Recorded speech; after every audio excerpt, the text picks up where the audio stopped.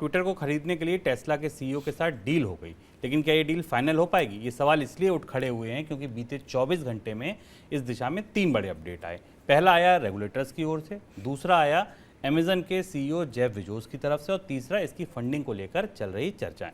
Sir, Jeff Bezos ने कहा है कि ट्विटर में चीन की फंडिंग का आरोप लगाया है उन्होंने। क्या टेस्ला में चीन का दबदबा ज़्यादा है? अमेरिका में चीन का नाम ले देना किसी भी कंपनी के कॉर्पोरेट में लगभग वैसी ही परिस्थिति पैदा करता है जैसा कि कोल्ड वार के दौर में, शीत युद्ध के दौर में रूस का नाम लेना होता था। जेफ बेजोस और एलन मस्क कॉम्पिटिटर हैं, बड़े कॉम्पिटिटर हैं, टेक्नोलॉजी सेक्टर में भी कॉम्पिटिटर हैं। तथ्यात्मक रूप से जेफ बेजोस ने ये बात सही कही है कि एलन मस्क की स्टेक्स अगर दुनिया के किसी बाजार में सबसे ज़्यादा हाई हैं, सबसे ज़्यादा उनके कारोबार का भविष्य दांव पर है, तो वो चीन का बाजार है। टेस्ला उनके लिए सबसे बड़ा, उनकी कार टेस्ला के लिए चीन सबसे बड़ा बाजार है। चीन से वो कंपोनेंट और बैटरी का इंपोर्ट करते हैं। तो टेस्ला के कारोबार का जो बुनियादी जुड़ाव है वो चीन से है।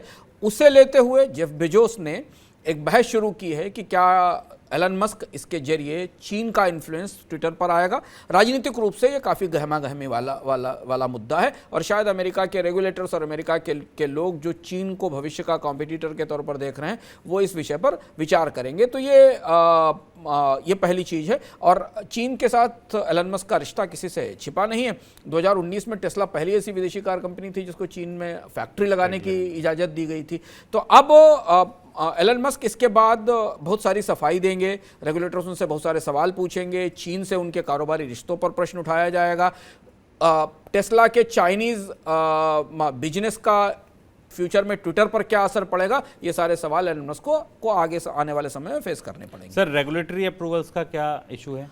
अमेरिका के रेगुलेटर्स ने भी कुछ नहीं कहा इसके ऊपर। अमेरिका के रेगुलेटर्स आमतौर पर ऐसे टेक ओवर्स में सीधे दखल नहीं देते, लेकिन ये एक अलग सा टेक ओवर है सोशल मीडिया कंपनी का। पर यूरोपियन कमीशन के रेगुलेटर ने साफ साफ कह दिया है कि ट्विटर को जैसा वो बनाना चाहते हैं एलन मस्क वैसा नहीं बना पाएंगे, क्योंकि उसकी वजह यह है कि ट्विटर और सोशल मीडिया अलग अलग देशों के कानूनों के हिसाब से चलता है और एलन मस्क को वो सारे नियम और शर्तें कि ट्विटर का इस्तेमाल गलत प्रचार में, फेक न्यूज़ में, चीज़ों को भड़काने में ना किया जाए, जिसके लिए यूरोप ने बहुत सख्त नियम बना रखे हैं, उन सब का पालन करना पड़ेगा। यानी जो बात हमने कल कही थी कि रेगुलेटर्स, अमेरिका ने तो अभी नहीं बोला, पर यूरोप के रेगुलेटर्स ने इस पूरी डील को करीब से समझना शुरू कर दिया है, देखना शुरू कर दिया है और वो अपने तरीके की शर्तें सामने ला सकते हैं, क्योंकि ये social network publicly held company से एक प्राइवेट कंपनी में बदल जाएगा। तो यूरोपियन रेगुलेटर्स क्या कहते हैं ये करीब से देखना होगा। अमेरिकन रेगुलेटर्स ने अभी अपने कार्ड्स नहीं खोले हैं।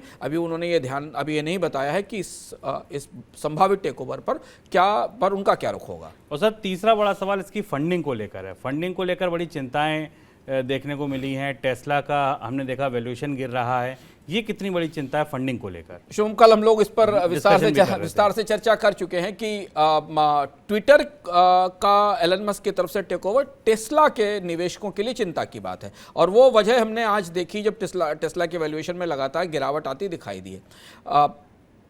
शुरुआत में ऐसा माना जा रहा था कि एलन मस्क ट्विटर को खरीदने के लिए बहुत इच्छुक नहीं है या उन्होंने सिर्फ इसको लेकर कोई बड़ा फिनांस प्लान नहीं रखा है, लेकिन अब उन्होंने ये बताया है कि वो बैंकों से कर्ज लेंगे, करीब $12 मिलियन का टेस्ला के शेयर प्लेस करेंगे। ये फिनांसिंग का पूरा प्लान अभी सामने आना है स्पष्ट रूप से। इसके एक छोटे छोटे डिटेल्स रेगुलेटर्स और ट्विटर का बोर्ड समझने की कोशिश करेगा। 24 अक्टूबर तक का टाइम है। अगर 24 अक्टूबर तक ये डील फाइनल नहीं हुई तो दोनों में से कोई भी पार्टी एग्जिट कर सकती है इस डील से। दूसरी चीज़ ये कि ट्विटर ने अपने कर्मचारियों से और अपने लोगों से कहा है कि 2 से 3 महीने से कम समय में इस डील पर फैसला नहीं हो पाएगा। तो इसलिए अभी ये जो चिड़िया है ट्विटर की, ये एलन मस्क इसको पकड़ कर पाएंगे, इसमें बहुत सारे और अलग अलग सवाल हैं। फिनांसिंग का प्लान सिक्योरिटी एक्सचेंज कमीशन को दिखाना होगा।